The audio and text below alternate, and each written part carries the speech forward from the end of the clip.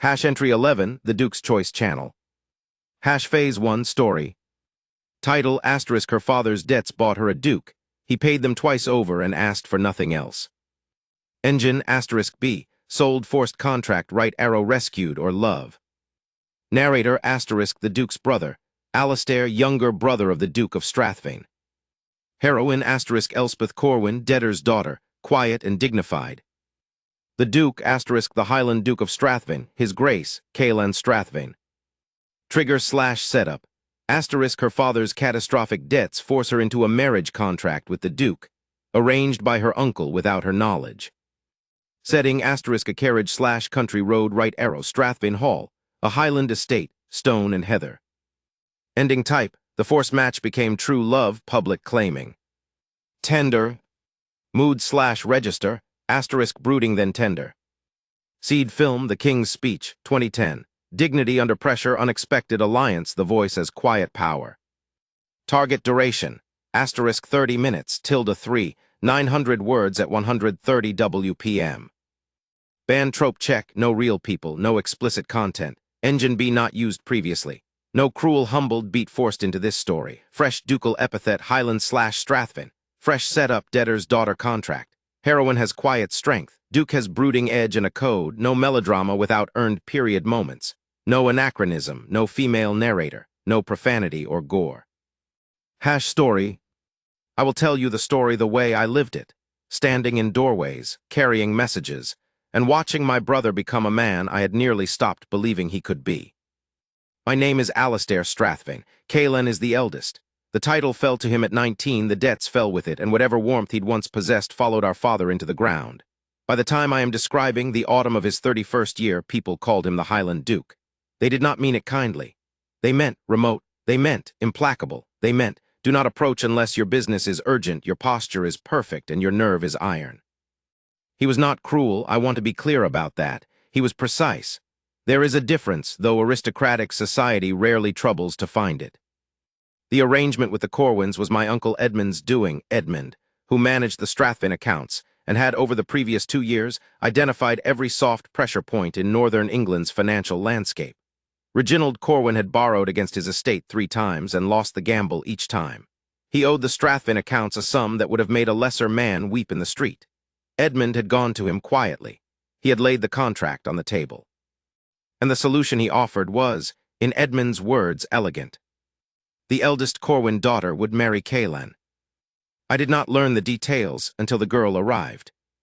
She came in a hired carriage, not ours, not the Corwin coach, which had apparently been sold, a hired carriage that rattled up the long drive on a Tuesday morning in October with the heather still purple on the hills and the sky the color of pewter. I was at the window in the upper hall when it arrived. Caelan was in his study, which was where Caelan always was. The carriage door opened. A young woman stepped out. She was not what I had expected. Edmund had mentioned the Corwin girl in the same tone he used for a line item: adequate, suitable, no complications. What I saw was a woman of perhaps 23 who descended from a broken springed carriage on a cold morning with her spine perfectly straight and her expression perfectly composed, as though arriving at a Highland estate to marry a stranger was a thing she did every Tuesday and had simply learned to manage. She looked up at the house. She did not flinch at its size, though it is the kind of size that makes people flinch. She adjusted her single traveling bag, one bag, I noted. The Corwins had clearly not sent her with much, and she walked to the front door as though she had every right in the world to be there. I went downstairs. Her name was Elspeth. I know that now, but it took 3 days to learn it, because Caelan conducted the first interview with his solicitor present and referred to her throughout as Miss Corwin, and she referred to him throughout as Your Grace, and neither of them offered anything resembling a first name. I was not present for the interview. I had it from the solicitor who had it from himself, and who told me about it over brandy that evening with the expression of a man who has witnessed something he cannot quite classify. She read the contract, he said. Of course she read it, I said. She's not a parcel. No, he turned his glass. She read all of it, 12 pages. She asked 3 questions. The first was about the provision for her mother if the marriage produced no heir. The second was about the management of her father's remaining estate after the debts were cleared. The third, he paused. The third, she asked whether His Grace intended the arrangement to be a legal formality or whether he expected, she used the word participation, whether he expected her participation in the social obligations of the dukedom. I set down my glass. What did Kalen say? He said the question was reasonable. The solicitor looked almost moved. In 4 years of service, I have never heard His Grace call a question reasonable. She was put in the east wing. Kalen was in the west. Strathvane Hall is large enough that this arrangement could have been enforced for decades without either party encountering the other. I suspected that was the intention, at least on Kalan's part. He had agreed to the contract because the financial logic was sound, and because Edmund had presented it as a solution to a problem. He had not, as far as I could determine, given much thought to the living woman the contract concerned. I gave thought to her. On the second morning, I found her in the library before breakfast. She had pulled 3 books from the shelf, a history of the Highland clans, an atlas, and a dry volume on estate management in the northern counties. And she was reading the estate management volume with a small notebook open beside her, taking notes. "Good morning," I said. She looked up without alarm. "Good morning," a pause, "you are the Duke's brother." "Alistair," I sat down across from her. "You are researching the estate." "I am trying to understand what I have entered into," she said it without apology. "Your Grace, the Duke, gave me no information about the nature of the estate's requirements. The contract specified my obligations in legal terms. I prefer to understand the practical ones." I looked at the notebook. She had written a list of questions in a hand so precise it might have been typeset. Drainage on the eastern fields, yield on the northern tenancies, the state of the dower house, the history of the clan seats formal gatherings, the name of the housekeeper and the cook. "You wrote to Kalen for this information?" I asked. "I sent a note yesterday afternoon. He has not replied. No bitterness in it, simple fact. So I am using the library." I liked her very much at that moment. I was also aware, in the way one becomes aware of trouble that has not yet arrived, that Kalen was going to find her considerably more complicated than Edmund had implied. The first real confrontation happened on the 4th day. I say confrontation, that is not quite right. It was more like the meeting of 2 unmovable objects who had not yet decided what to do about each other. Kalen came to the library. He came, I learned later, because his housekeeper, Mrs. Drummond, had told him his intended was asking about the dower house, and Kalen had decided this required clarification. He was the kind of man who preferred to clarify things himself, in person, with no intermediaries, so that there could be no misunderstanding about what had been said. He found Elspeth at the reading table, with the atlas open to the northern counties. I was there. I had taken to spending mornings in the library. I told myself it was coincidence. Kalen looked at the atlas, then at her, then at me. He did not ask what I was doing there. He crossed to the table, pulled out a chair, not beside her but across from her, the full table between them, and sat down. "You asked Mrs. Drummond about the dower house," he said. "I did." She did not put down the atlas. "I wanted to understand its condition.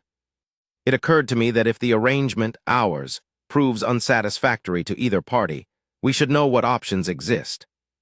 Silence. "You are considering the possibility that it will be unsatisfactory," Kalen said.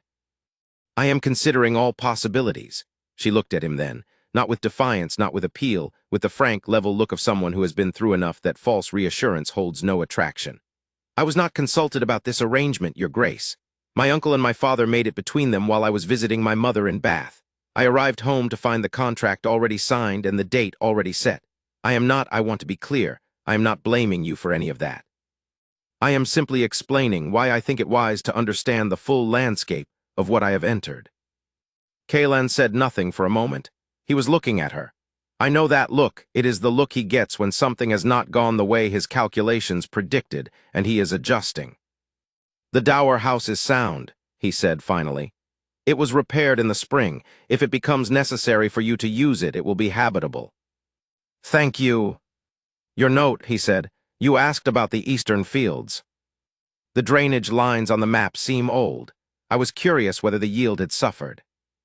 The eastern yield dropped 17% last harvest. We are renegotiating the contract with the draining firm in January." He paused. The question was reasonably specific. My father's estate was smaller, but the soil problems were similar. She said it quietly. He did not address them in time. Another silence. Kalen looked down at the atlas, then back at her. Something shifted in his expression, very slightly, barely visible unless you knew to look for it. I will have Mrs. Drummond take you through the house this afternoon, he said. All of it, not only the dower house. You should know what you are, what you have come to. He stood, adjusted his coat, and left. Elspeth watched him go, then she looked at me. He almost said, what you have come home to, she said. I stared at her. He stopped himself. She looked back at the atlas. I wonder why. The weeks before the wedding were quiet in the way of Highland autumns. Not empty, not peaceful exactly, but full of a particular kind of stillness in which everything seemed to be waiting for something to be decided. Elspeth threw herself into the estate with the competence of someone who had been preparing for exactly this, though she could not have been. She met the tenants. She learned their names not as a social performance, the way visiting ladies sometimes did, repeating names back with practiced warmth. She actually learned them, remembered the details, asked after the things she had been told the week before. The shepherd on the north track had a daughter who had been ill. Elspeth asked after her the following Tuesday and remembered the girl's name. The tenants talked. Tenants always talk. By the third week, Mrs. Drummond told me the north track shepherd had taken to calling her the right one. Kalen heard this. I do not know how Kalen hears things in that house the way the house itself hears them, through the stone.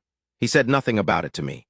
But I noticed that when he encountered Elspeth in the corridor or at the foot of the stairs, he did not simply nod and continue as he had done in the first week. He paused. Sometimes he asked something about the drainage negotiation he had mentioned, about whether Mrs. Drummond had shown her the east storerooms. Not conversation, exactly. More like a man testing the quality of something he has been handed. And she answered him in the same key. Direct, specific, no performance. I watched them and I thought, these two are conducting some kind of negotiation that neither of them will admit is happening. It was the evening before the wedding when things broke open. I had not anticipated it. I think most of us thought that they would be married in the morning, that it would be a quiet affair in the estate chapel with the solicitor and the housekeeper as witnesses, and that life at Strathvin would continue in roughly its current form, now with a duchess who kept meticulous notes. I was coming down the east corridor when I heard Elspeth's voice, not raised, but audible through the half-open door of the small sitting room. I stopped. I'm not asking you to feel something you do not feel, she was saying. I am asking you to tell me what you expect, not from the arrangement, from me. Kalen's voice, lower and harder to catch. The contract specifies. I have read the contract. I am asking what the contract does not say. A pause. I don't know what you mean, Kalen said. I think you do. Not unkind, steady. You are a man who keeps a great deal inside a very controlled exterior. You have been careful with me these past weeks. More careful than I expected. I am grateful for it. But there is something you have not said, and I would rather know what it is the night before than discover it afterward. Silence, long enough that I held my breath. I did not want this, Kalen said finally. His voice had changed, something had come loose in it, some restraint that he usually kept cinched tight. The arrangement. Edmund brought it to me as a solution, and I agreed because the numbers made sense and because I thought it would be as it has always been, a practical matter, a legal one. And now, another silence. You asked about the eastern fields, he said. You knew what you were looking for. You came to this house with one bag and no bitterness, and you read a 12-page contract and asked about my tenants' names before you learned mine. Elspeth said nothing. I don't know what to do with you, Kalen said. It came out roughly, like an admission he had not planned to make. I have been managing this estate and this title for 12 years, and I am competent at that. I know how to run the accounts and settle the disputes and make the decisions that need to be made. I do not know, he stopped. You do not know how to be known, she said, very quiet, no triumph in it. The silence after that was the longest yet.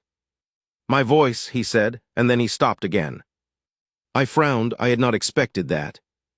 When I was a boy, he said slowly, I could not speak in public without losing the thread of what I was trying to say. Not a stammer, precisely, something worse in a way. A locking. Panic behind the eyes that no one could see. My father called it weakness. He had me tutored for 2 years until I mastered it, but the mastery cost. He cut himself off. I tell you this because you asked what I have not said, and the answer is, I have spent so long being controlled that I have forgotten what it costs. And you walked into this house and there was nothing controlled about you. You were simply yourself, and I did not know what to do with that. I leaned against the wall of the corridor and did not breathe. Elspeth spoke after a moment. My father, she said, borrowed money because he was afraid. He was afraid of looking poor, afraid of being thought less than he was, afraid that if anyone saw the truth of our situation they would, I don't know, turn away. He kept borrowing to hold the fear at bay, and it cost us everything. A pause. I understand what it is to have built walls against something frightening. I am not frightened of yours. I may not be what you hoped for, he said.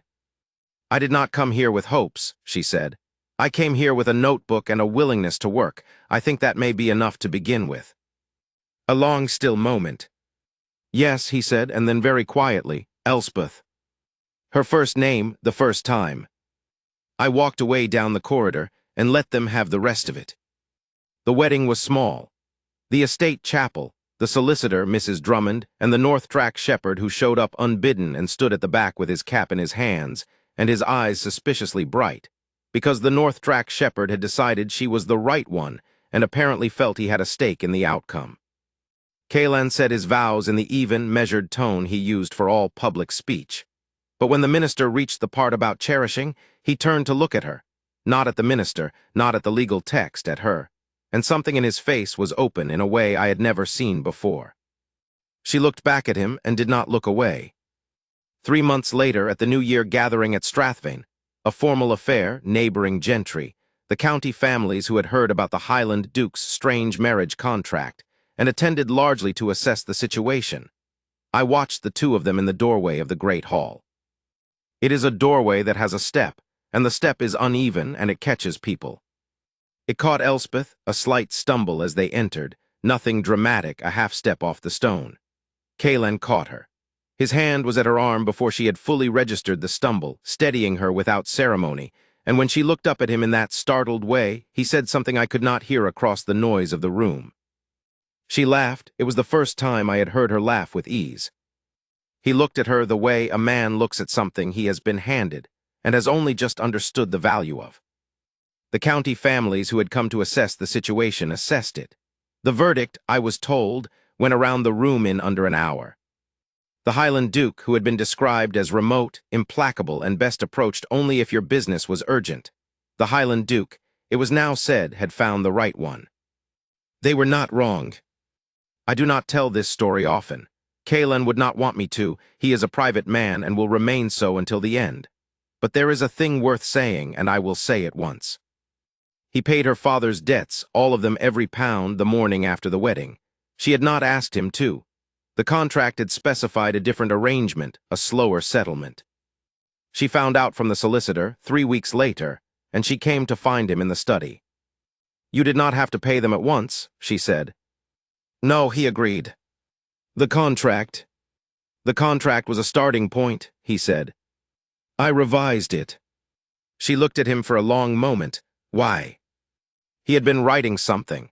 He put down his pen and he looked at her, and he said the thing he had apparently been composing for weeks.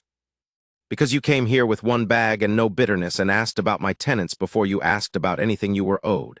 And I did not want you to carry your father's debts for another year when I could clear them in an afternoon. And because, a pause, the control again and then the loosening of it. Because you are my wife, and I would like you to feel not obligated, not contracted. I would like you to feel that you may stay because you choose to. Elspeth looked at him for a very long time.